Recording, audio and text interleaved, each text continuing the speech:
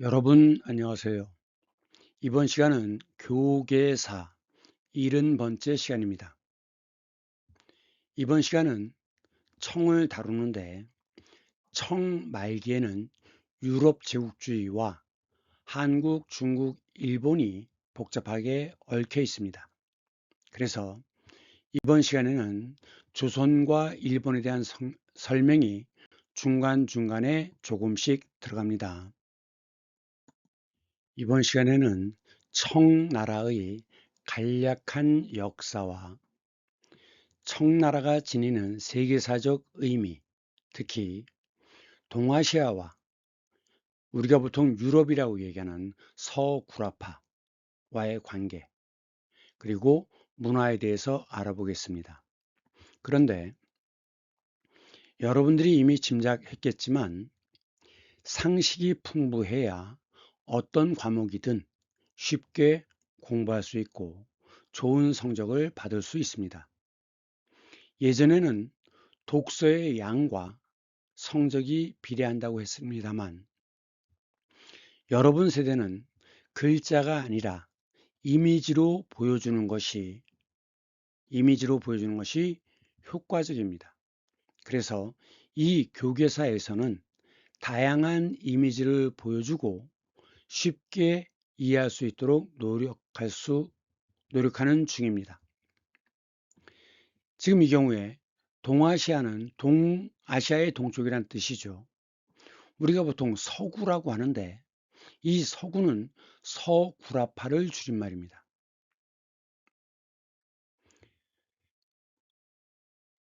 이 구라파는 오이로빠, 이건 라틴어 계통입니다. 오이로빠. 이 오이로빠를 중국에서는 한자로 이렇게 씁니다. 이것의 중국 발음은 오로빠입니다. 오로빠. 그런데 같은 한자라도 중국에서의 음과 한국에서의 음은 약간 다르죠. 우리는 이것을 구라파라고 읽습니다. 그래서 서구라고 얘기하는 것은 서구라파를 줄임말입니다. 그래서 서구라파는 지금의 서유럽을 가리키는데 이것이 오이로페입니다. 오이로페라고 발음하는데 영어에서는 어떻게 발음하죠? 네, 유럽이라고 발음하죠. 그러면 이 오이로빠라고 하는 말은 왜 생긴 거냐? 고대 서양은 역사와 신화가 뒤섞여 있다는 특징을 갖고 있습니다. 예를 들면 트로이, 원래는 신화로만 전해져 왔는데 20세기 초에 슐레이만이 트로이를 발굴하는 데 성공하죠. 그래갖고 신화했던 것이 발굴을 통해서 역사적 증거가 나옴으로써 트로이가 역사적 사실이었다는 것으로 바뀌게 되는 거죠. 동양도 마찬가지입니다. 중국의 경우에는 한나라, 은나라, 주나라 뭐 이렇게 전해져 내려왔는데 주나라는 진작부터 발굴이 됐지만 은나라는 상상의 전설상의 나라였습니다. 그 은나라, 상나라라고 보통 하죠. 이 전설로 내려오던 상이란 나라도 발굴을 통해서 역사적 사실로 바뀌게 된 것입니다. 그러니까 동서양을 막론하고 오래된 역사와 신화가 뒤섞여 있다라고 하는 특징이 있다는 점입니다. 이 오이로빠라고 하는 말이 생기된 이유는 뭐냐? 이 오이로빠는 페니키아, 지금의 팔레스타인 지역입니다. 페니키아의 공주였는데 이 페니키아라고 하는 나라는 지중해 중에서 북아프리카를 차지하고 있던 세력입니다. 우리가 얘기하는 한니발, 카르타고, 이것이 바로 페니키아의 식민지였죠. 페니키아의 공주였는데 신화가 나옵니다. 제우스가 워낙 예쁘기 때문에 아름답기 때문에 제우스가 하얀 황소로 변신해서 오이로빠에게 다가갑니다. 그러니까 이제 오이로빠가 예쁘다고 올라타 봤는데 그 올라타자마자 마구 달려가지고 지중해에 있는 크레타 섬으로 데려갔다는 거죠. 그래서 거기에서 제우스가 이 공주와 사랑을 나누어서 낳은 아이가 미노스인데 이 미노스라고 하는 이름은 크레타 섬의 왕, 최초의 왕으로 알려져 있죠. 그래서 제우스가 오이로빠를 태우고 간 서쪽 땅, 이것을 오이로빠라고 부르게 된 겁니다. 그러니까 크레타 쪽이 오이로빠인 거예요. 이것이 영어로 얘기하면 유럽이 되는 것입니다. 그래서 유럽이라고 하는 것은 유럽은 영어식 표현이지만 한자 표기는 서구라파, 줄여서 서구라고 얘기한다. 그렇다면 지금의 헝가리, 슬로바키아 이런 나라들은 옛날에는 뭐라고 불렀어요? 소련이 있을 당시에는 동구라고 불렀죠. 동구라파. 그래서 서구, 동구 이런 표현을 쓰는 겁니다. 이 오이로빠는 유럽의 공통사항이기 때문에 자, 이것은 유로화죠. 100유로짜리입니다. 지금 여기 보면 이 희미한 자국 보이세요? 네.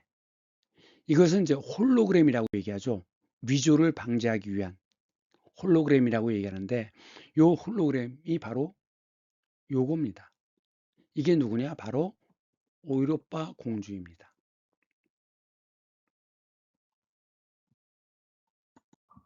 그럼 청의 간략한 역사를 보겠습니다.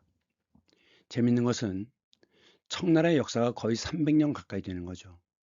정상적인 국가, 안정적인 국가였다는 뜻이 됩니다. 청나라의 시작은 누르하치인데 그 전에 중국을 차지했던 나라는 요 나라, 거란족이죠. 그리고 그 뒤를 이은 유목민족 중에 또 다른 여진족의 금나라가 있습니다.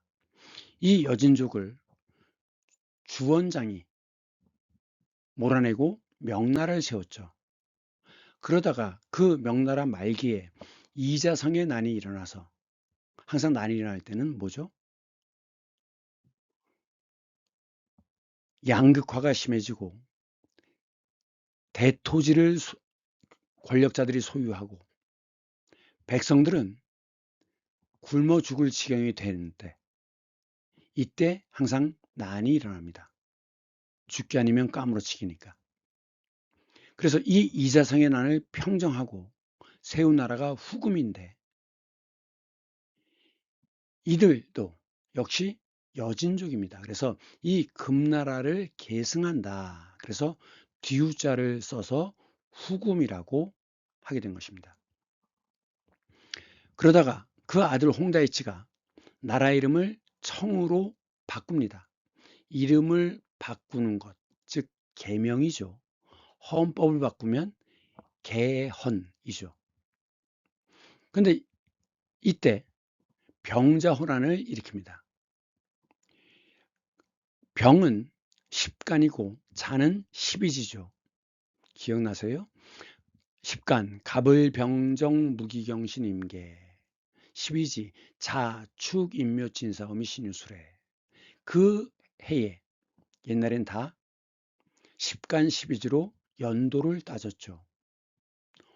호는 북방, 주로 만주족을 가리키는 말입니다. 그들이 일으킨 난이다. 그래서 병자호란이라고 합니다. 그런데 이 병자호란에 대해선 그 배경을 임진왜란 때부터 좀 따져볼 필요가 있어요. 선조는 조선의 역사에서 무능한 군주 중에 한 사람이었습니다. 보통 무능한 군주하면 선조, 인조, 고종을 예를 듭니다. 임진왜란이 터졌어요.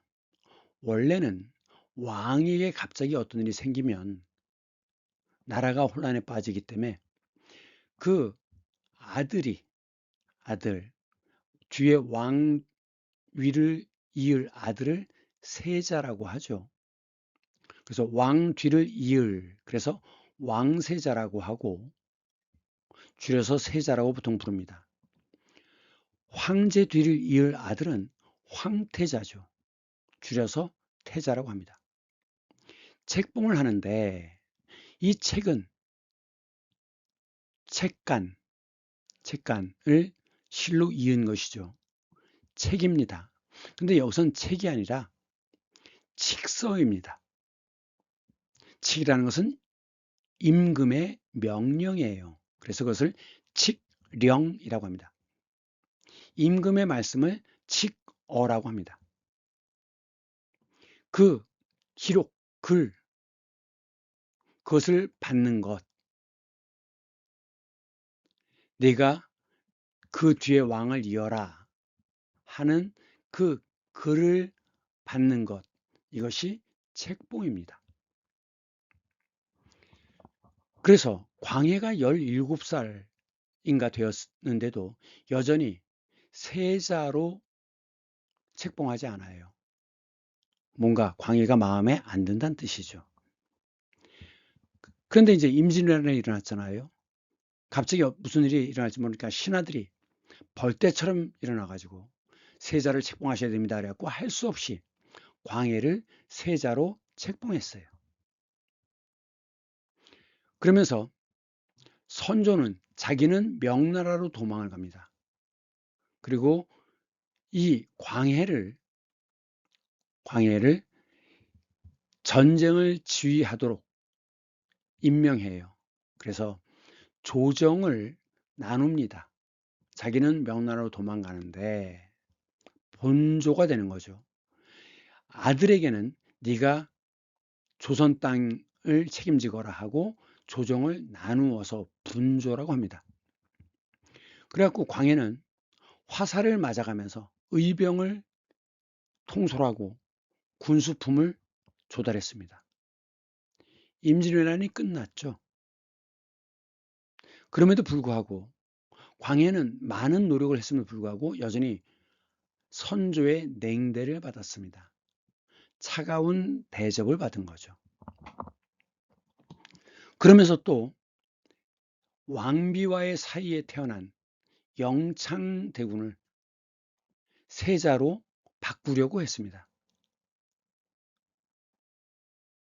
그러다가 그 와중에 선조가 죽어요. 그러니까 바뀌지 않은 상태에서 광해가 왕이 되는 거죠. 그럼 원래는 죽은 다음에는 세조처럼 조나 종을 붙이는데 임금보다 한 단계 낮은 게 왕이죠. 군이죠. 왕의 아들이 군이잖아요. 그런데 광해는 이 임진왜란이 끝나고 나서 병자호란 때 중립외교를 표방합니다. 병자호란 전까지도 계속 중립이에요. 중립은 명나라와 후금 이 두 세력이 지금 대륙에서 싸우고 있었습니다. 어느 편도 안 들고 눈실 봐가면서 중립외교를 진행했죠. 그런데 이 중에는 신하들 중에는 친명 세력이 있습니다. 그 당시 사색 당파가 시작되었는데 서인들이 중심이 되는 친명 세력, 이들은 제조지은, 뜻이 뭐냐? 임진왜란 때 조선을 구해준 은혜입니다. 그러니까 다시 만들었어요. 무엇을? 조선을. 멸망해가는 조선을 다시 만들어준 은혜. 이것이 서인들이 얘기하는 제조지은입니다. 그래서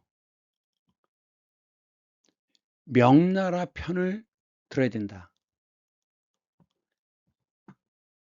그런데도 광해는 중립외교를 진행합니다. 그런데 이들은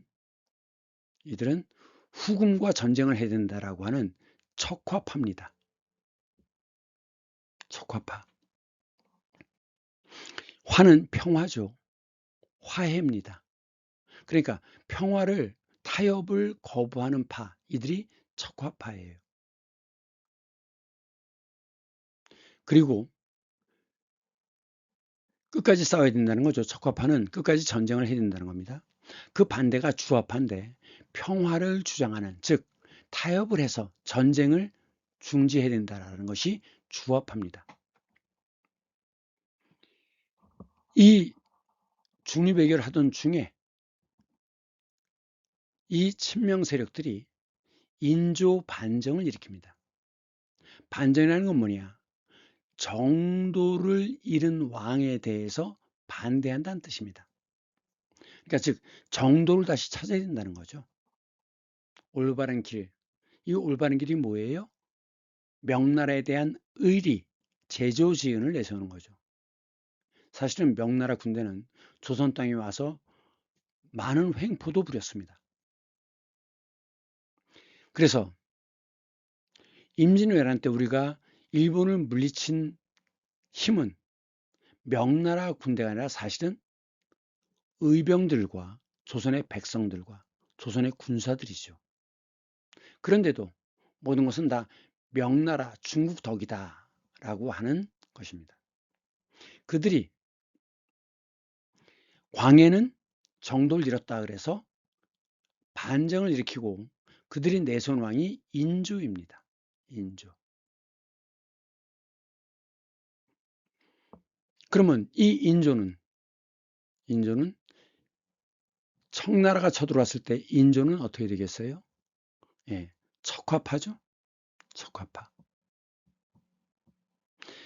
그래서 이들은 계속 싸울 걸 주장하면서 남한산성으로 도망갑니다. 원래는 유목민족은 물에 약하기 때문에 원래는 강화도로 도망가려고 했는데 청나라 군대가 강화도로 가는 길을 막았어요. 그래서 남한산성으로 도망갑니다. 그래서 이게 남한산성이라는 영화인데 척화파 끝까지 싸워야 된다 라고 하는 건 누구냐? 대표적으로 예조판서 김상원입니다. 김상원 끝까지 싸워야 된다는 주장을 해요. 그거에 비해서 아니다.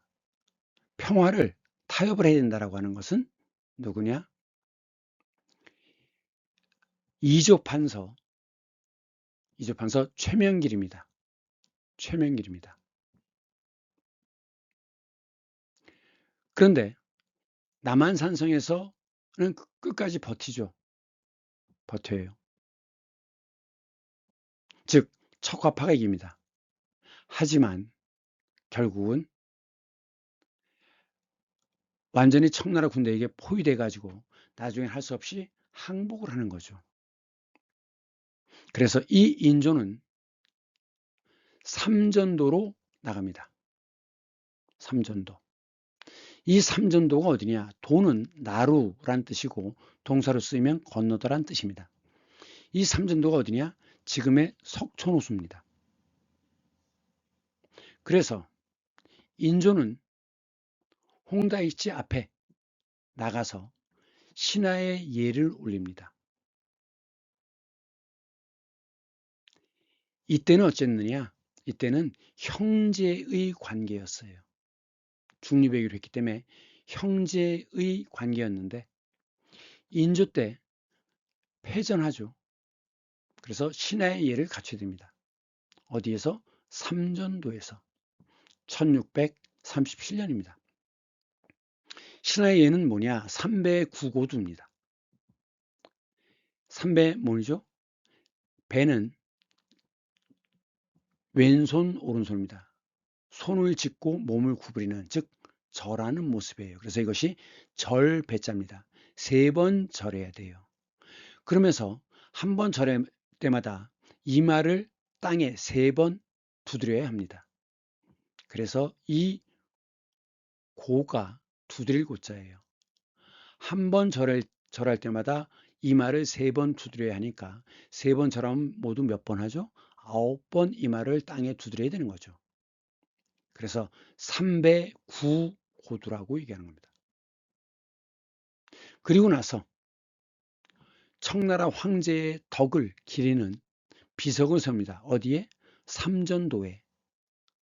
이 비는 비석입니다. 왼쪽에 돌석이 들어갔죠? 비석입니다. 이 삼전도비가 어딨냐? 지금 롯데월드 그 뒤편에 있습니다. 이게 삼전도비예요.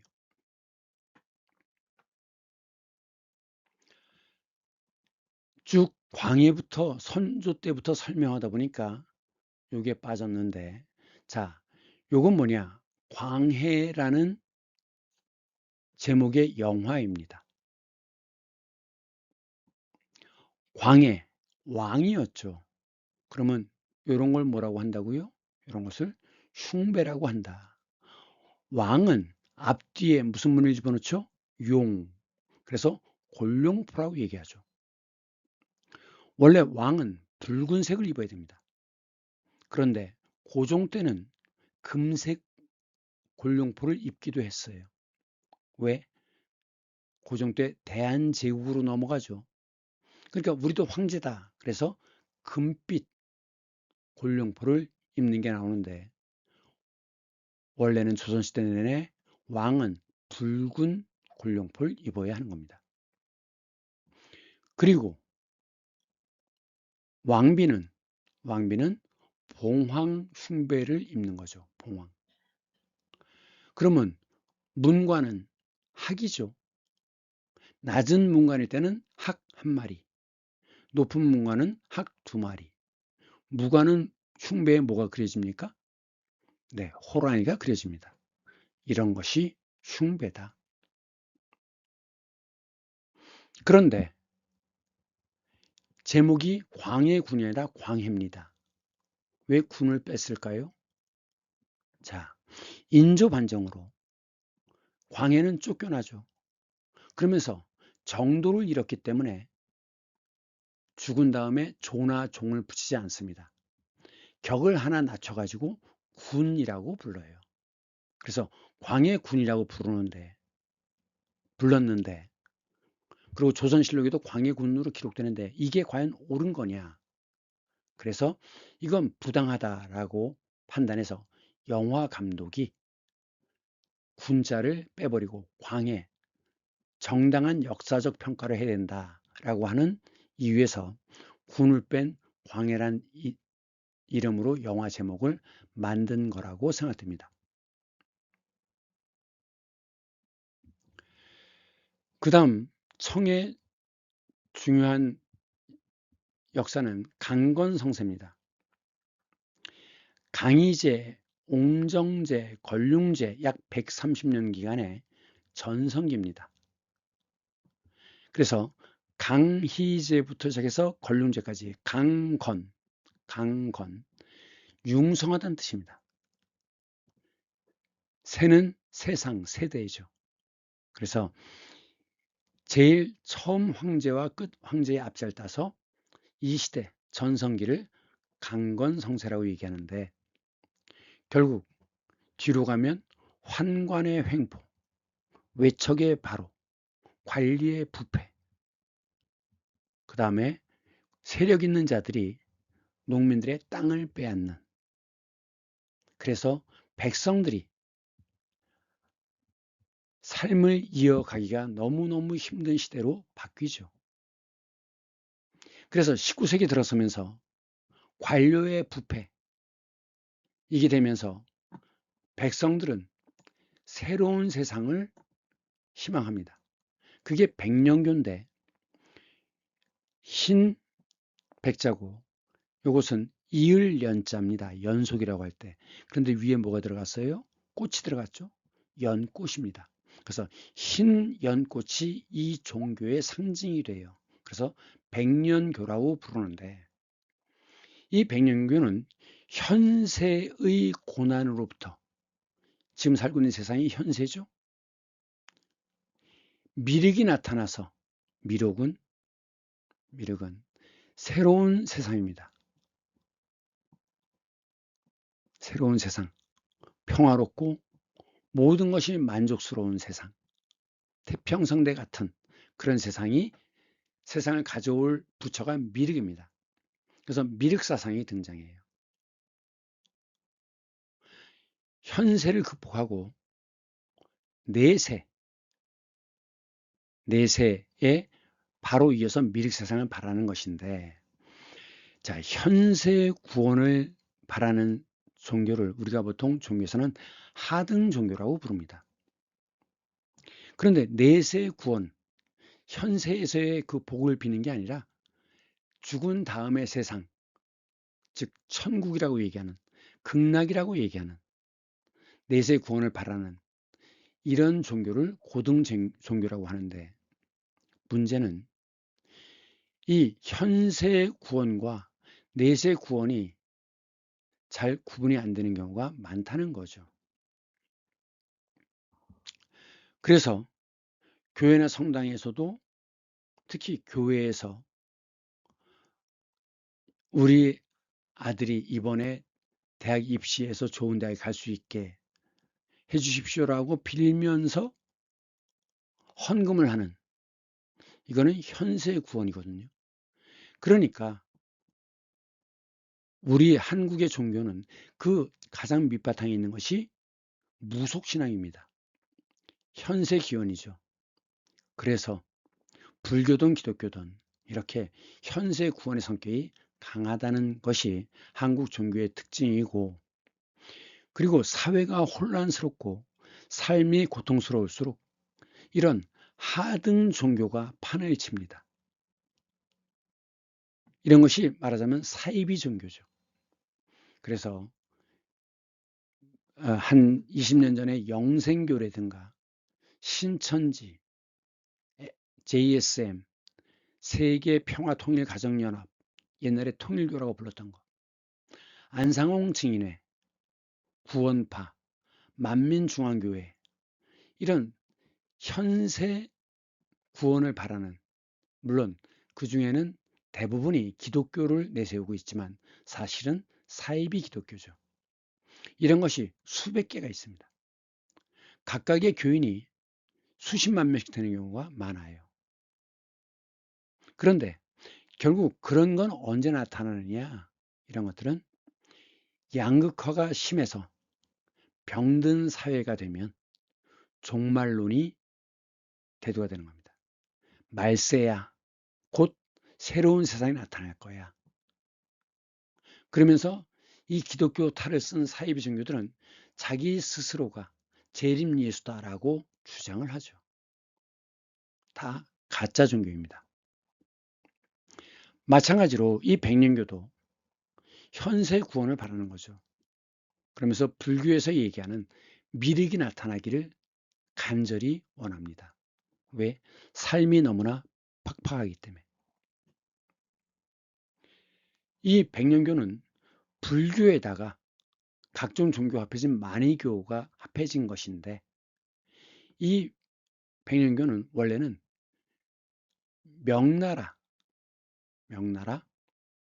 명나라죠.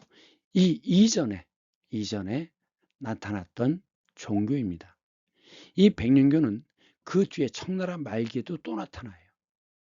그래서 명나라를 세웠던 주원장, 이들이 홍건적이죠.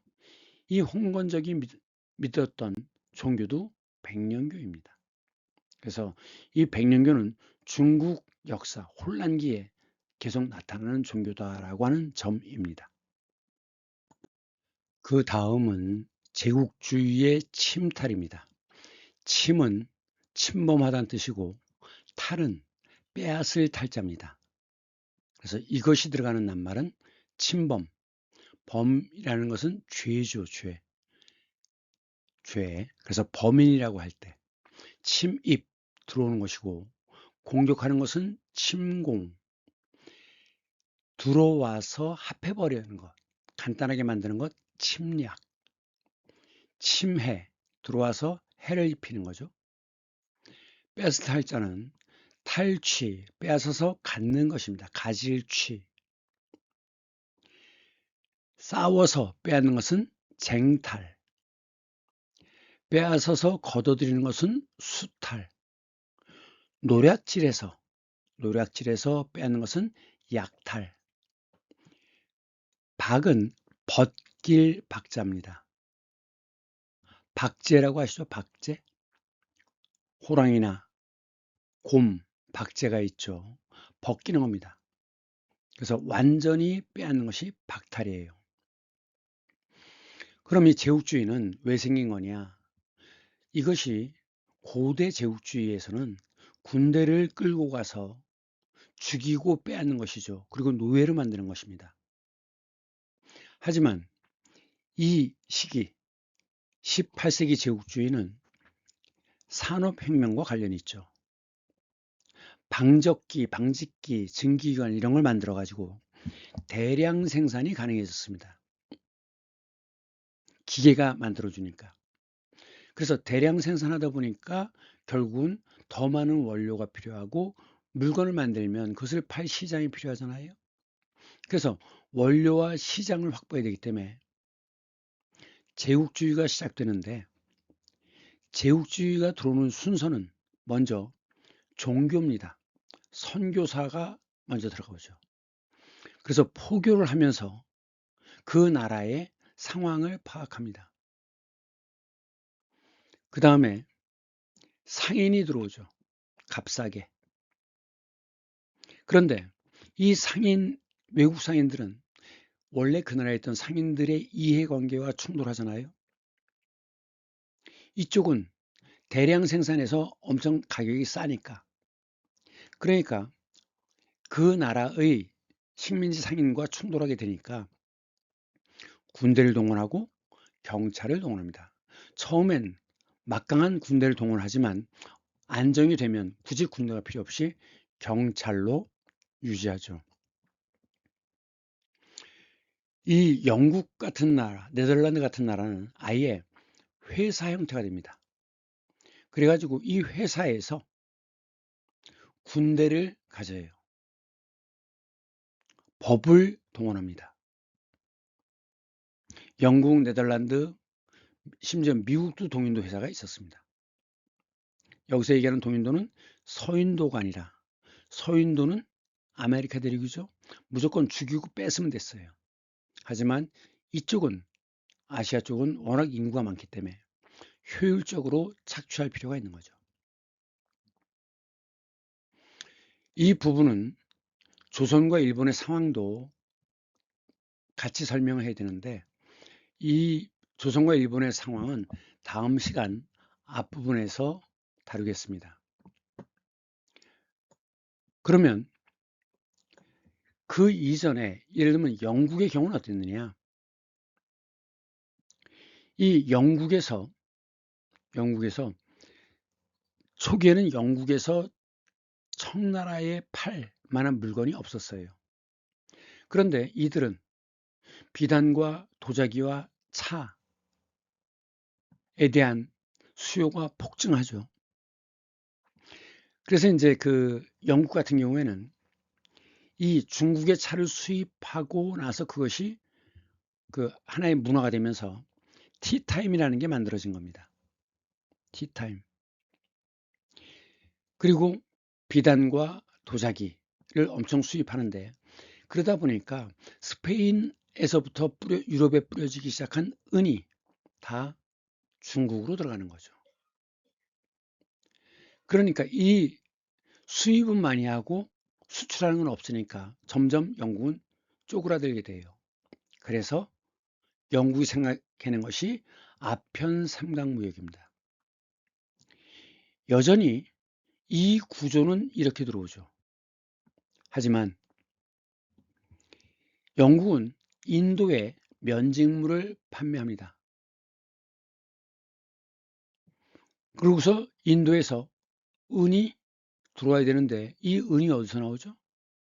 그래서 인도에다 아편을 재배하도록 해가지고 인도의 아편이 밀수돼서 중국으로 들어옵니다. 그러면 아편 대금으로 은이 인도로 가죠. 이 들어온 은을 다시 면직물을 통해서 산업혁명으로 만든 아주 저렴한 면직물을 판매하고 은을 대금으로 받아오는 겁니다. 이렇게 해서 영국의 은을 지키는 것이죠. 그래서 초기에 영국은 그 방직기로 그 면직물을 짜는데, 원래 면직물은 인도가 매우 유명했습니다. 그래서 인도에는 면화를 많이 키웠어요. 그러니까 영국은 인도에서 면화를 수입해서 실을 만들고 그 방직기로 옷감을 짰죠. 그래서 기계의 증기의 힘으로, 방직기로 해서 증기의 힘으로 기계를 돌리니까 면직물의 가격이 매우 저렴하죠.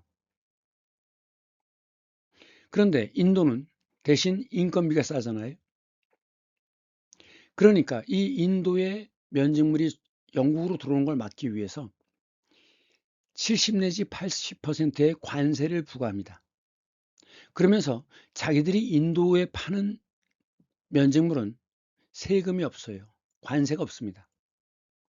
그리고 인도의 장인들, 면직물을 만드는 장인들을 동원해 가지고 강제 노동을 시킵니다.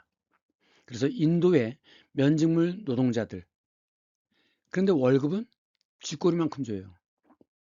그래서 면직물을 만들어서 영국에다, 동인도 회사에다 바치느니 차라리 먹고 살 수가 없으니까 자기 엄지손가락을 잘라버리는 경우가 많았다고 합니다. 그러면 하다못해 농사라도 지을 수 있으니까. 그래서 높은 관세와 그 다음에 고급 면직물, 이것을 동인도 회사에만 헐값에 팔도록 강제 계약을 하거든요. 그것을 어기면 그 인도 사람 장인을 감옥에 보내거나 채찍질했습니다. 그래갖고 그 뛰어난 장인들조차 굶어 죽을 지경이 되니까 그들도 농사일로 전환한 거예요. 필요하면 엄지손가락을 자르고. 그래서 인도의 면직물로 매우 유명했던 인도의 면직물 산업이 완전히 망하는 겁니다. 그래서 원래 우리 것을 살려야 된다라고 해서 여러분들이 알고 있는 마하트마 간디가 물레를 돌리죠. 물레가 왜 필요합니까? 실을 짜기 위해서. 실을 가지고 옷감을 만드는 거잖아요. 그래서 이것이 간디의 물레로 유명한 겁니다. 그러면 이 과정을 통해서 이게 중국에 사용하던 은자예요. 은덩어리. 이거로 거래가 됐는데 영국은 인도로 하여금 아편을 재배하게 하죠. 여기 보면 오피움이라고 되어 있는데 오피움은 아편이라는 뜻입니다. 이 양귀비꽃은 종류가 28가지인가 된다고 그래요. 그 중에 2가지 종류만 아편을 만들 수 있답니다. 나머지는 화초 양귀비죠. 그런데 이것들은 어떻게 생긴 거냐? 요 밑에 씨방이 있잖아요. 꽃이 피고 나면 이렇게 위에 꽃잎이 다 떨어지고 나면 씨방이 커지는데 여기에 흠집을 내면 이렇게 꼭 저 고무액처럼 같은 것이 이렇게 뭉치는데 이걸 전부 모아서 말려 가지고 만드는 것이 모르핀, 아편입니다. 그래갖고 영국 애들이 변발이죠. 청나라 사람 강제로 아편을 먹이는 거죠. 처음에는 싼 값에 공급하다가 중독이 되면 이렇게 비싼 값을 받죠. 그래서 이 은이 대량으로 인도로 들어가고 그 인도에 갔던 은이 영국으로 들어가는 겁니다. 그래서 이것은 청나라 말기에 지금 옷차림을 보면 부유한 집안 사람들이죠. 이렇게 모여서 아편을 피우고 있는 겁니다. 지금 이 사진은 영화 아비정전에서 나오는 건데 영화 속에 있는 장면입니다. 중국 구룡만도 있죠. 홍콩 있는 쪽. 여기는 영국의 치외법권지대였어요. 여기 건물들이 있는데 이게 전부 다 아편굴이었다고 합니다. 그래갖고 청나라 관리인 임칙서가 몰래 들여온 밀수입한 아편을 전부 찾아내서 불태워 버리니까, 그래서 영국이 아편 전쟁을 일으키는 거죠. 그래서 결국은 아편 전쟁이라는 건 뭐냐? 산업혁명으로 산업화된 서구 사회와 청나라는 여전히 농업이 중심이죠. 전통적인 농경 제국 간의 전쟁이죠. 결국 이 전쟁에서 청나라는 매우 썩었습니다. 그래갖고 그 부정부패가 심해서 그 외국 군대를 막기 위해서 대포를 사들이고 대포알, 화약을 사들였는데, 이 화약이 비싸니까 화약을 꺼내고 그 안을 모래로 채웠대요. 그래갖고 결국 아편 전쟁 때 영국 군대, 프랑스 군대가 싸우는데, 저쪽에서는 대포알이 날아오는데 여기서는 쏴봤자 돼요? 대포가 화약이 없으니까 날아가질 않죠. 모래를 집어넣는데. 그 정도로 썩었던 겁니다. 부정부패. 그래서 결국은 불과 몇천 명밖에 안 되는 영국과 프랑스 군대에 의해서 청나라가 패배합니다.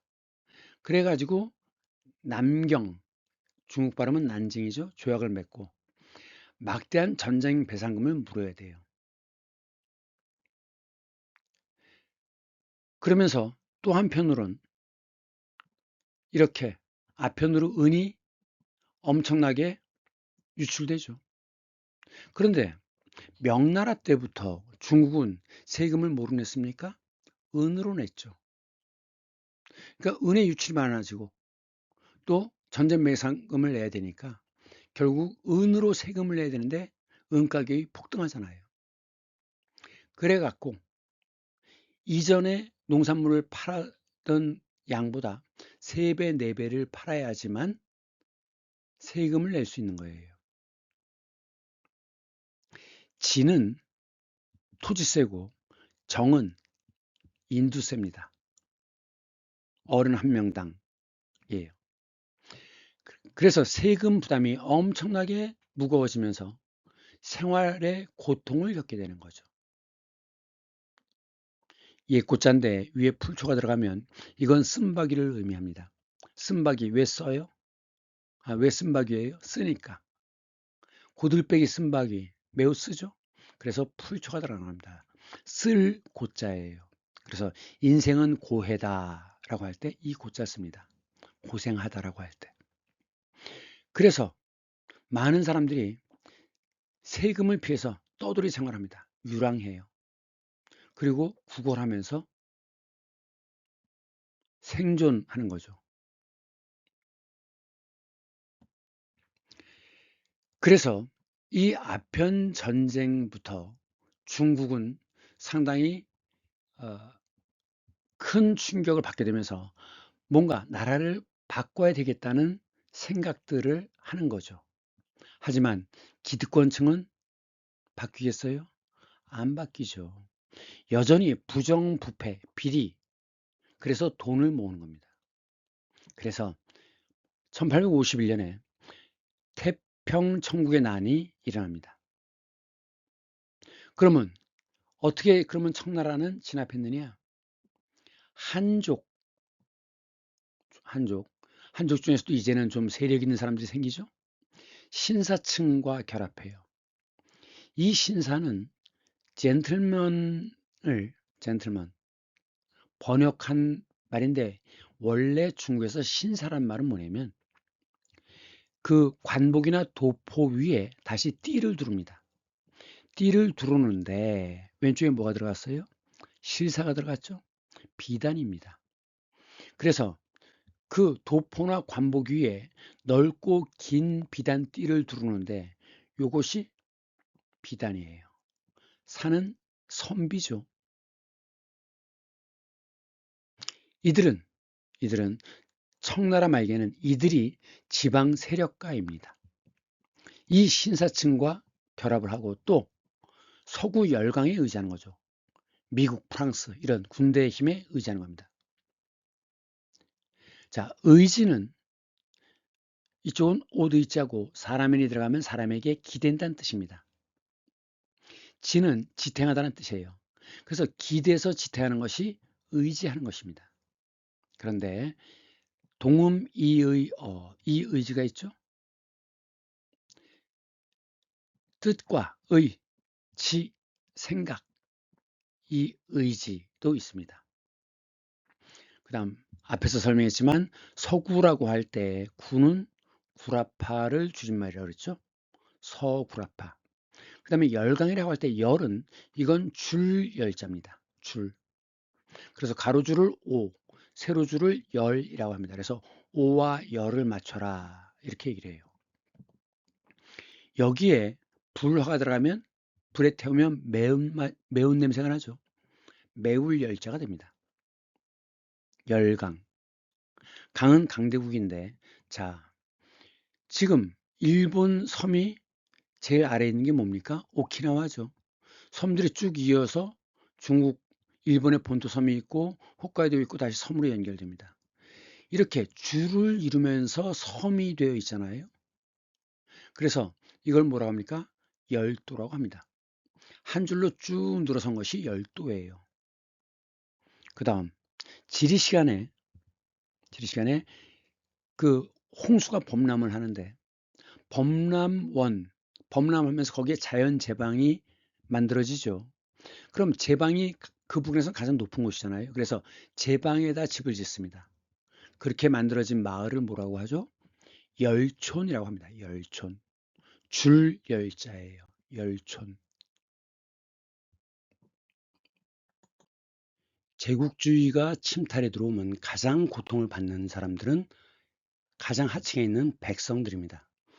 그들은 그들의 분노를 모아서 태평천국 운동을 했지만 결국 서양의 강력한 무기와 그다음 군대 운영 능력, 전술 이런 거를 도저히 어떻게 볼 도리가 없는 거죠. 더군다나 신사층이라고 얘기하는 그 원세계라든가 이런 신사층들은 군벌이 돼서 자기 이익에 급급합니다. 그래서 서양의 무기를 받아들여서 중국을 개혁하자라고 하는 양무 운동이 일어납니다. 서양의 일무자예요. 서양의 일, 사업, 일을 처리하는 방식 이것이 무입니다. 일무자. 그래서 이 양무운동은 중체서용이에요. 중국의 정신을 전통을 몸으로 하고 서용 서양의 과학 기술을 받아들여 사용하자는 겁니다. 이게 중체서용입니다. 그러니까 앞에 태평천국의 난에서는 물러가라 그랬지만 도저히 방법이 없으니까 물러가지 않으니까 차라리 우리가 배워서 힘을 기르자는 겁니다. 이것이 조선의 경우에도 그렇고 일본의 경우도 그런데 일본의 경우에는 일찍부터 앞에서 얘기했던 흑함의 영향으로 1868년에 명치유신이 일어납니다. 그리고 사회를 전면적으로 개조를 해요. 사회를 개조한다는 것은 정치 제도를 바꾸고 신분 제도를 바꾸고 상업 거래 방식을 바꾸고 이런 것들입니다. 그 다음 명치는 이렇게 쓰지만 일본 발음으로는 메이지죠. 메이지. 이런 것을 연호라고 하는데 연호라는 건 뭐냐?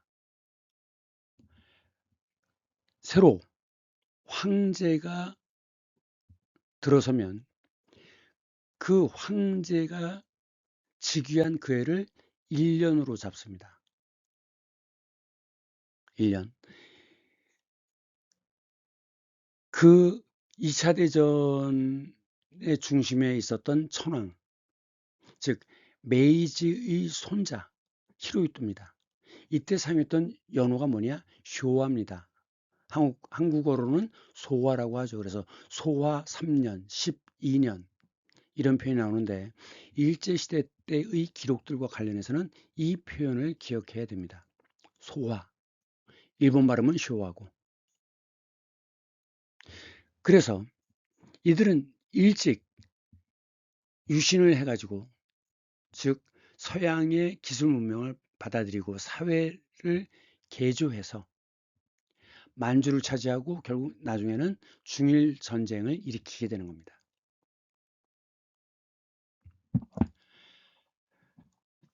조선의 경우에는 그것이 매우 어려웠죠.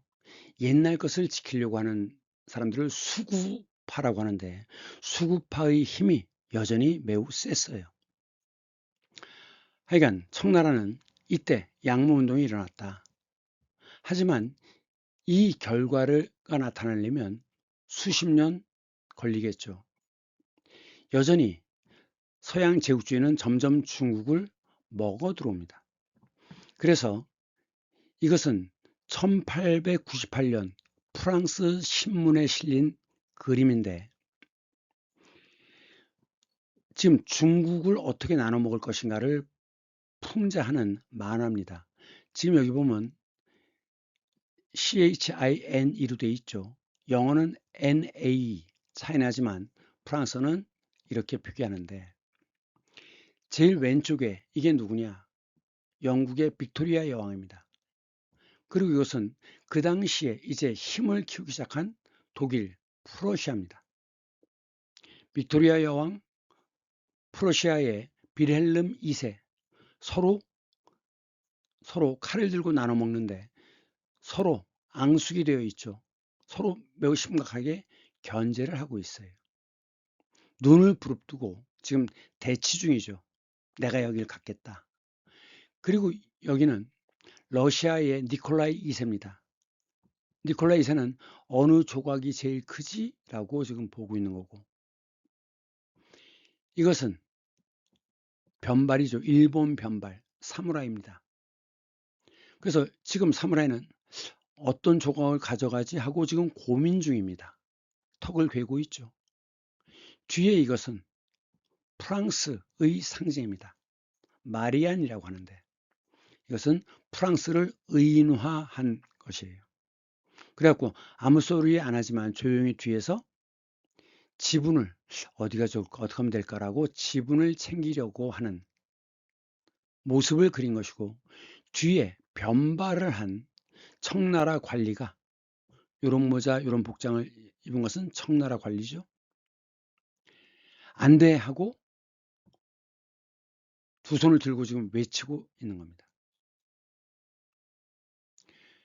결국 양무운동을 진행 중이었지만 여전히 별로 실질적인 개혁이 일어나지 않고 있어요.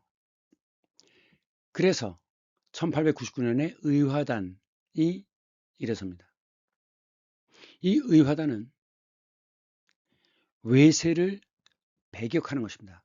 배는 밀칠배, 그리고 격은 칠격자입니다. 공격, 습격이죠. 이 의화단은 앞에서 설명한 백련교, 명 이전부터 있었죠. 그것을 모태로 한 수많은 무술 단체가 있었는데, 그 중에 대도회, 칼이 매우 길죠. 대도회를 비롯한 그 중국의 권법 무술 단체, 이들을 의화권, 태극권 이런 것처럼 의화권이라고 불렀는데, 이 무리를 의화단이라고 한 거죠. 즉 무술인들이 앞에 나서서 외세를 배격하자는 거죠. 그리고 기독교를 배척합니다. 자, 앞에서 척화파, 주화파 이런 게 있었죠. 밀칠척자입니다. 자기 겉으로 공이 떨어지지 않도록 밀쳐내는 경기가 배구입니다. 밀칠배자예요. 배격, 배척. 이것은 그 당시 독일은 개신교인데 그 개신교가 들어와서 엄청 열심히 기독교를 포교하고 있었어요. 그러니까 이쪽 사람들이 볼 때는 중국의 정신을 빼앗아 가려고 하는 것이다 라고 생각하기 때문에 기독교를 배척합니다.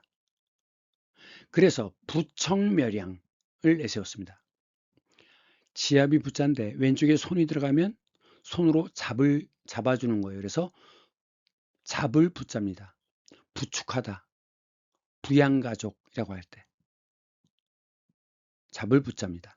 청을 붙잡아주고 서양을 멸망시키자. 이것이 부청멸양입니다.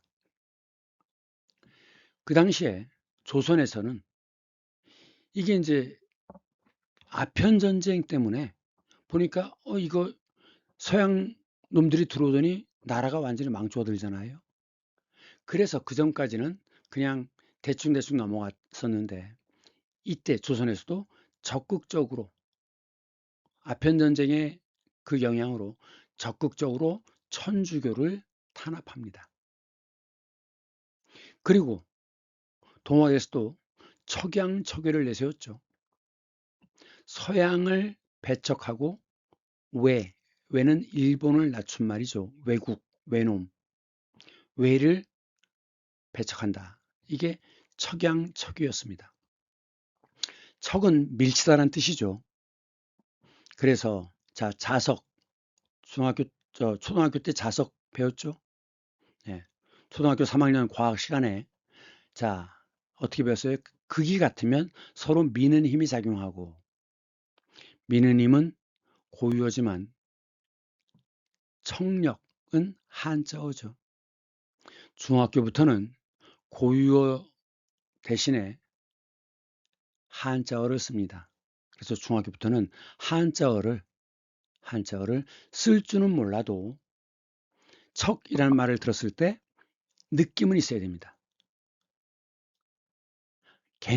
중학교부터는 개념어들이 전부 다 한자로 되어 있어요. 그리고 앞에서 봤듯이 한자 하나는 그것에서부터 파생하는 낱말이 굉장히 많습니다. 한자는 뜻글자라서 연결돼서 만들어진 낱말이 매우 많기 때문에 다시 강조하지만 한자 음을 들으면 느낌이 있어야 된다라는 겁니다. 밀칠척, 만유인력 알죠? 이인의 뜻이 뭡니까? 손으로 활을 당기는 거예요. 극이 다르면 서로 당기는 힘이 작용하죠. 이것이 인력이죠. 이 인력은 모든 두물체 사이에서 작용합니다. 그래서 모든 것이 갖고 있는 당기는 힘, 그래서 만유인력이라고 얘기하죠. 동음이의어, 인력을 구합니다. 직업 속에서 그 인력과는 동음이의어죠. 여기서 인력은 노동력이란 뜻이죠. 이 사진은 가운데 전봉준 장군입니다.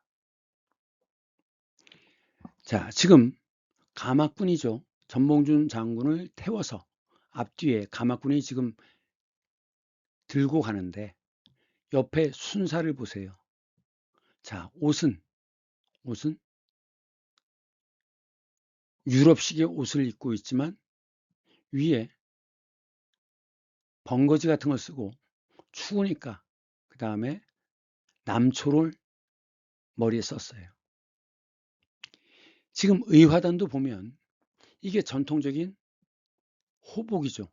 청나라의 의복인데 이 의화단도 시간이 지나면서 이렇게 복장이 바뀝니다. 훨씬 더 간편해지는 거죠. 그래서 이 의화단에 보시면 칼도 갖고 있지만 총도 갖고 있어요. 구식총이지만 같은 흐름을 갖는다는 겁니다. 지금 이 사진은 뭐냐? 이 사진은 을미사변 때 신식군대가 있었고 구식군대가 있었죠. 구식군대의 복장입니다. 신식군대는 월급도 많이 주고 그러면서 구식군대는 월급도 제때 안 주고 나중에는 썩은 쌀을 줬어요. 그래갖고 들고 일어선 것이 을미사변이고, 그래서 거기서부터 이들이 군대에서 도망와 가지고 항일운동을 시작합니다. 그래서 을미사변 이후에 조선의 의병운동이 시작된다라고 하는 점입니다. 느낌들이 비슷하죠. 그리고 나서 온갖 우여곡절을 겪고 나서 1911년에 신해 혁명이 납니다. 우리가 읽을 때는 손문이라고 읽지만 중국 발음은 순원이 중화민국을 세워요. 민이 뭐죠? 민. 인민이라고 할 때 민은 그냥 무지랭이들, 지식도 재산도 없는 사람들이 민입니다. 그러니까 민국이라는 것은 인간 대접을 못 받던 사람조차도 대접을 받는 나라가, 이것이 민국이에요. 그렇기 때문에 우리도 대한민국이죠. 그래서 신혁명이 일어나는데 이게 왜 성공하느냐? 청나라의 신식군대 내부에 혁명에 동조하는 군인들이 있었어요. 이들이 무장봉기를 일으킵니다. 자, 이것은 장사장자인데 밑에 오디가 들어가면 꾸미는 겁니다. 꾸밀 장자예요. 그래서 무기로 꾸미는 것이 무장입니다.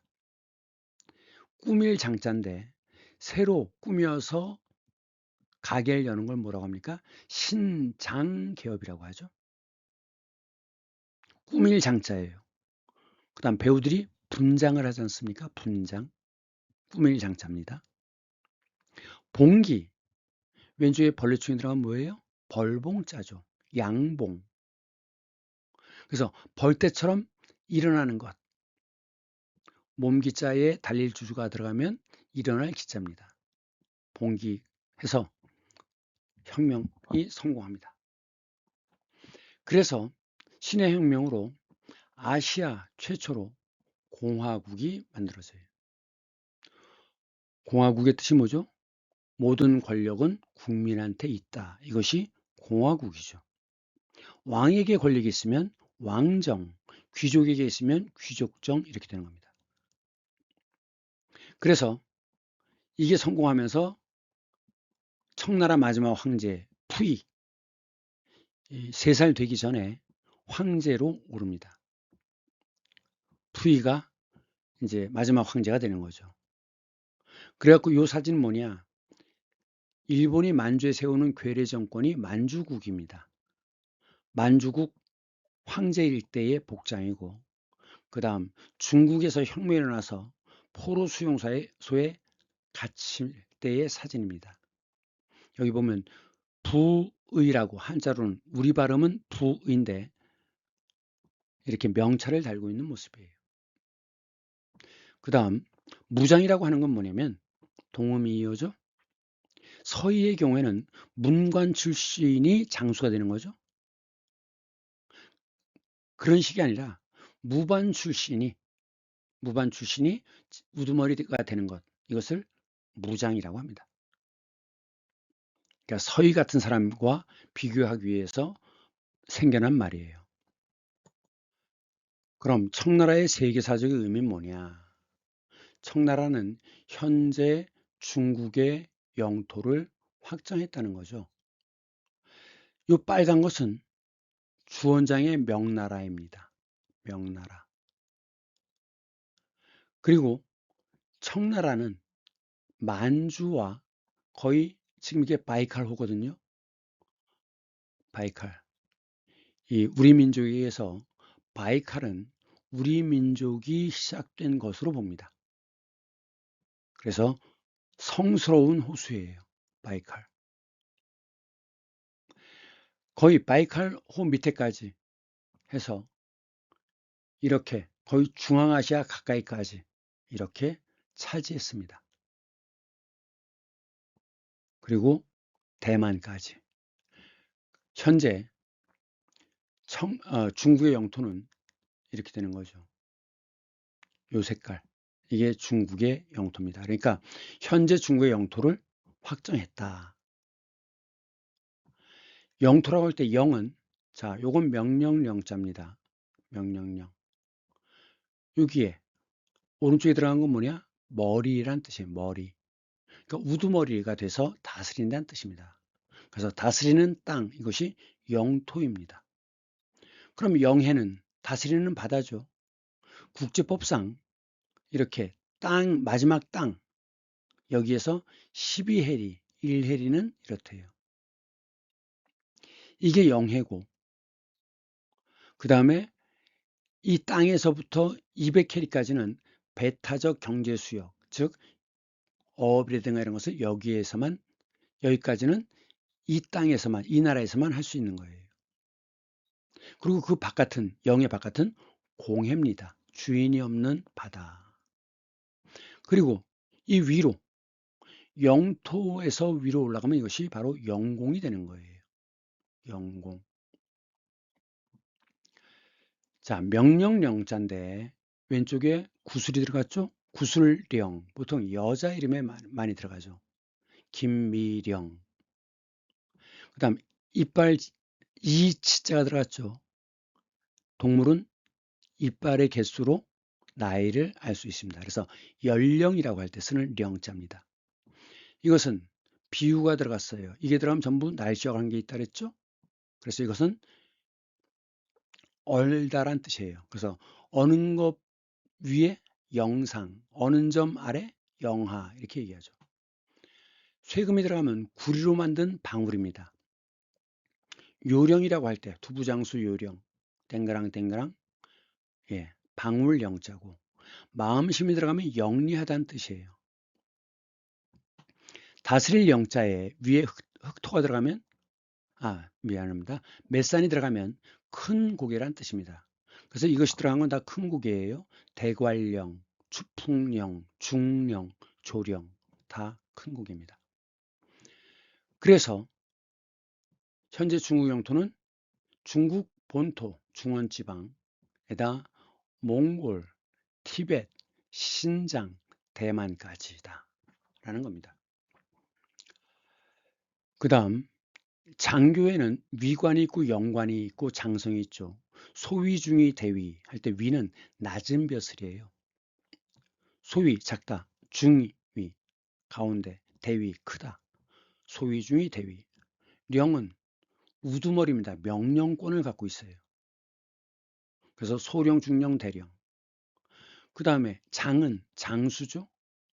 현재는 별성자를 붙여서 별 하나, 준장, 소장, 중장, 대장 이렇게 얘기합니다. 이들이 장교예요. 장교는 아니지만 장교에 준한다라고 할 때 준위라고 합니다. 준위. 계급으로는 준위가 수위보다 아래인 거죠. 그 다음 청나라는 다민족 제국인데 제국에서 제일 중요한 건 뭡니까? 각 나라의 종교와 문화를 존중해야 제국이 오래 유지가 될 수 있습니다. 그러면서 만주족은 소수잖아요. 유목민족이기 때문에 인구 밀도가 매우 낮습니다. 그런데 유목민족은 막강한 군사력을 갖고 있죠. 그런데 그 전에 원나라가 한족과 같이 섞이면서 제국이 멸망했어요. 그래서 격리시켰습니다. 그래서 주거지를 격리시키고 한족과 만족이 결혼하지 못하도록 했어요. 격은 사이 격자입니다. 격차, 두 개의 차이. 격일, 하루 건너. 격월, 한 달 건너. 격년, 1년 건너. 격세지감, 세는 세대죠. 30년. 그러니까 오랜 시간이 지나서 옛날과 완전히 다를 때 격세지감을 느낀다 이런 말을 쓰고 두 개의 사이를 간격이라고 합니다. 멀리에서 거리가 먼 것, 거기서 조정하면 원격 조정이죠. 리는 떨어질 리자입니다. 분리수거, 나누어서 떨어지게 하는 것이죠. 그래서 걷어들이는 것. 거리, 괴리, 괴는 어그러질 괴자예요. 어그러져서 따로 떨어지는 것이 괴리입니다. 이별하고 이혼하고 다 떨어진다는 뜻입니다. 그러면서 청의 세계사적 의미 세 번째는 책봉이라는 건 아까 명령이라 그랬죠. 칙은. 그래서 칙령, 임금의 명령. 임금의 명령이죠, 사실. 칙명. 임금이 보내는 사신, 칙사 대접을 한다. 아주 잘 대접한다는 거죠. 임금의 말이 칙어입니다. 일본에서는 천황의 칙어 이런 표현을 많이 써요. 그래서 너를 왕으로 봉하노라 이렇게 되면 그 신하로서 황제에게 조공을 바치는 거죠. 조공. 금은 보화, 여자, 특산물 이런 걸 바치는 겁니다. 그러면 이제 그거에 대해서 답례를 주는 거예요. 이것이 옛날 동아시아의 무역 방식이었다고 합니다. 그런데 이렇게 임명하던 이런 체계에서 조약 체계로 바뀝니다. 그래서 이제 아편 전쟁에서 패하고 나서 난징 조약을 맺죠. 그래서 그 조약을 따라야 됩니다. 서명한 것을 따라야 돼요. 이렇게 바뀌었다.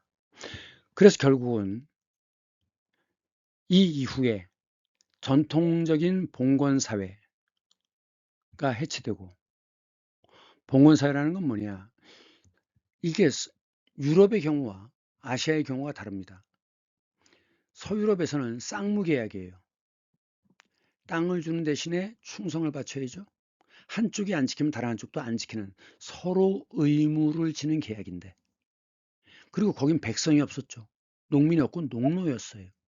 그러면서 영주가 실질적으로 최고 권력자였습니다. 지방 분권인데 비해서 동아시아는 처음에 주나라 때 땅을 자기 핏줄에게 나눠줬죠. 그리고 그 핏줄을 왕에 해당되는 핏줄, 이것을 제후라고 불렀습니다.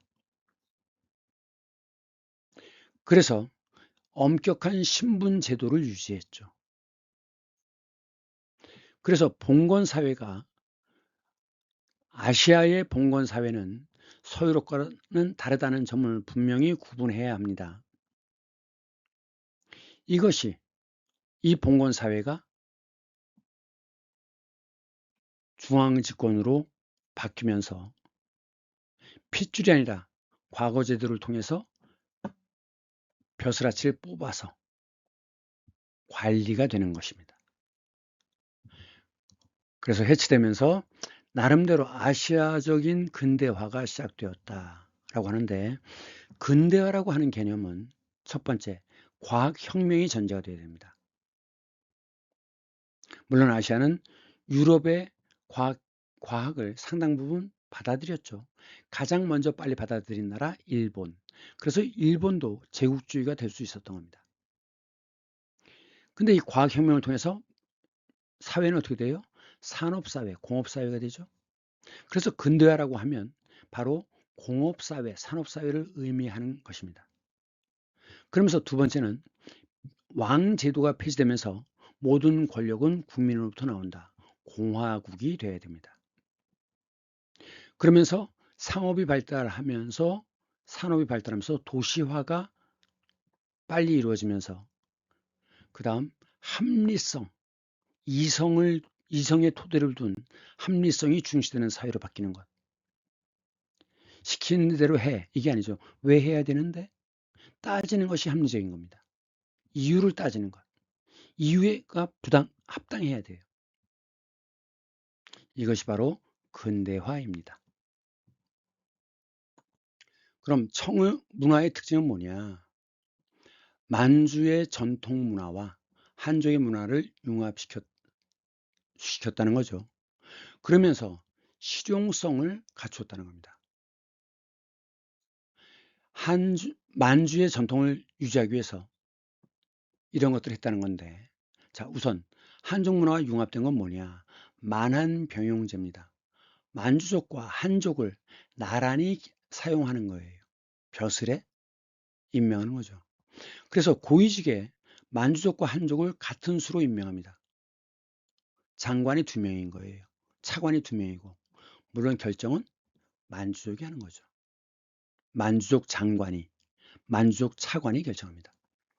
그러면서 변발과 만주 문화를 강요하는 거죠. 변발과 호복을 강요하는데 변발이라는 건 뭐냐? 자, 이게 지금 거란족의 변발입니다. 거란족의 변발은 곤발이라고 하는데 이 거란족은 특이하게 가운데를 완전히 비우고 그 다음에 둘레 그리고 나머지를 따요. 꼬랑지를. 이게 곤발입니다. 그럼 왜 유목민족들은 이런 걸 하느냐? 예. 우선 이 앞에 이 세 개의 나라는 뭐 금과 청을 나누면 네 개지만 이 나라들은 유목민족 건조지대예요. 건조지대는 물이 별로 없기 때문에 나무가 못 자라고 초목만 풀만 자라죠. 초원지대 아닙니까? 물이 부족해요. 그러면서 우리나라 같은 경우는 상투를 틀었잖아요. 이 머리를 기르면 머리에 이가 생깁니다. 그래서 발진 디프스라든가 이런 병들이 많이 생겨요. 위생상 머리를 미는 것이 좋습니다. 그런데 우리나라는 어때요? 신체 발부는 수지부모라 해서 부모로부터 받은 것은 자를 수 없다는 거죠. 그런데 그 머리를 자르지 않아서 생기는 전염병이 여러 차례 있었습니다. 그 다음 머리가 길면 언제 머리를 묶고 또 움직여요? 그냥 간단하게 홀렌 아시죠? 홀렌? 노르웨이의 축구선수 홀렌. 긴 머리를 그냥 딱 묶어버리잖아요. 그럼 간편하죠. 기동성이 있습니다. 그 다음 머리를 자르면 전투할 때 머리카락이 눈앞을 가리질 않아요. 달리다가 머리카락이 눈앞을 가리면 골치 아프죠. 그래서 이 전투를 많이 하는 이런 민족들은 머리를 밀어버리는 겁니다.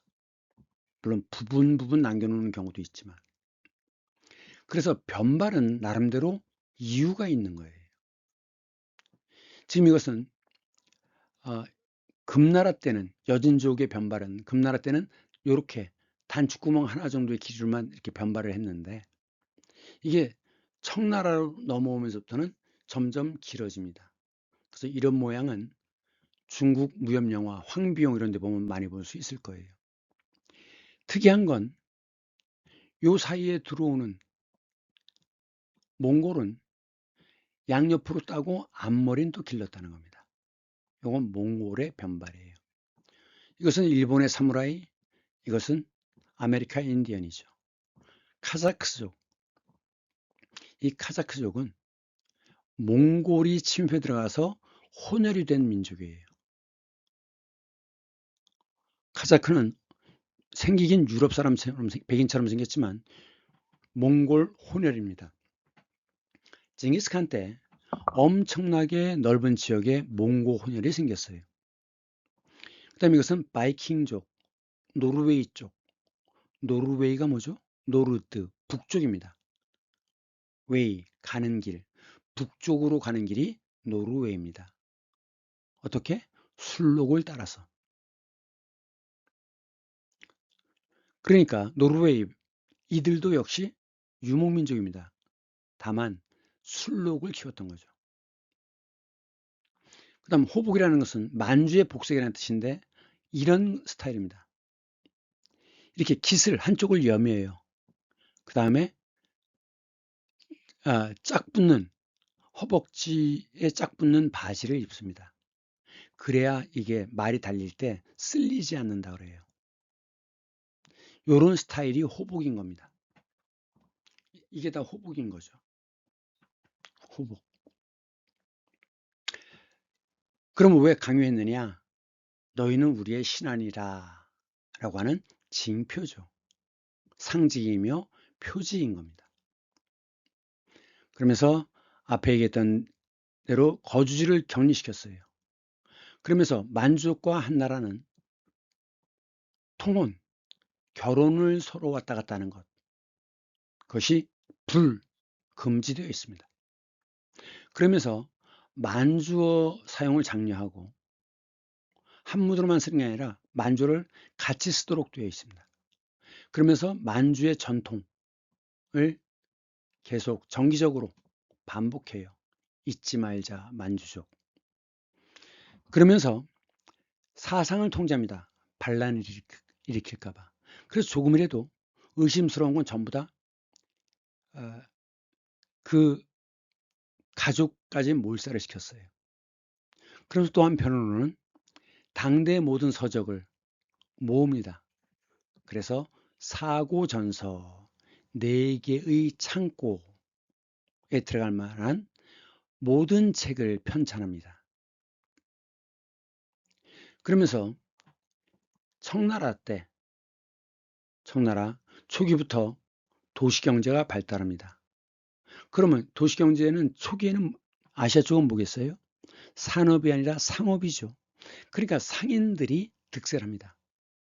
그러면서 상인들이 수준에 맞는 소설 이런 것들이 이제 널리 유행하는 거죠. 루라고 하는 것은 2층 이상의 건물이 루입니다. 이 중국의 음식점들은 누각으로 돼 있었어요. 몇 층으로 돼 있었죠. 그래서 지금도 중국집은 무슨 루라고 이름이 붙은 곳이 많습니다. 그런데 붉은색으로 칠했어요. 자, 홍루몽입니다. 근데 여기 보면 중국 문학 5대 기서, 기이한 책 이렇게 되죠. 앞에서 명나라 때 중국 4대 기서가 있었죠. 뭐였습니까? 삼국지 연의, 수호전, 서유기, 금병매. 이 금병매라는 건 인간의 탐욕과 그 섹스에 대한 관심 이런 거예요. 그래서 인간성의 타락을 있는 그대로 묘사한 책이 금병매고, 그 다음 이 홍루몽은 청나라 건륭제 때입니다. 그래서 귀족 가문의 흥망성쇠를 다룬 이야기고, 그 다음 이때 경극이 등장합니다. 경극. 원나라의 연극이 이게 중국의 전통 극인 경극에 영향을 주었다 그랬죠. 경극은 노래와 대사와 동작으로 되어 있고 무술이 들어갑니다. 그런데 이 동작을 지시하는 이렇게 해라 하고 지시하는 글을 지문이라고 합니다. 근데 희한하게도 지문이라고 할 때 땅지자를 써요. 글월문, 지시문인데 땅지자를 씁니다. 왜? 여기선 땅이 아니라 밑바탕이라는 뜻입니다. 배경이 되는. 그래서 이렇게 하라라고 밑바탕이 되는 글, 대사와 행동의 밑바탕이 되는 글이기 때문에 땅지자를 쓰는 거예요. 지문이라고 합니다. 그런데 이런 지문도 있죠. 손가락 지문. 손가락의 문입니다. 문양. 이것도 지문이라고 합니다. 동음, 이의, 오늘도 1시간 20분이 넘었네요. 아마 이번 시간까지만 좀 길고 다음 시간부터는 1시간 이내로 줄여보겠습니다. 자, 청나라의 약사, 그 다음 세계사적 의미가 뭐냐? 그리고 동아시아 대 서구, 구는 구라파를 줄임말이다. 구라파는 오이로빠를 페니키아의 공주 제우스 관련 오이로빠, 제우스가 데려간 땅, 그래서 오이로빠를 한자로 쓰니까 이렇게 된 것이다 라고 설명했죠. 그 다음 중한민국인데 민은 백성이 별 볼 일 없는 사람들이 민이죠. 민이 권력을 가진다. 즉 공화국을 가리키는 것이다 라는 점입니다. 자, 수고 많았습니다. 다음 시간에는 중화민국에 대해서 하겠습니다. 다음 시간에 다시 만나요. 안녕.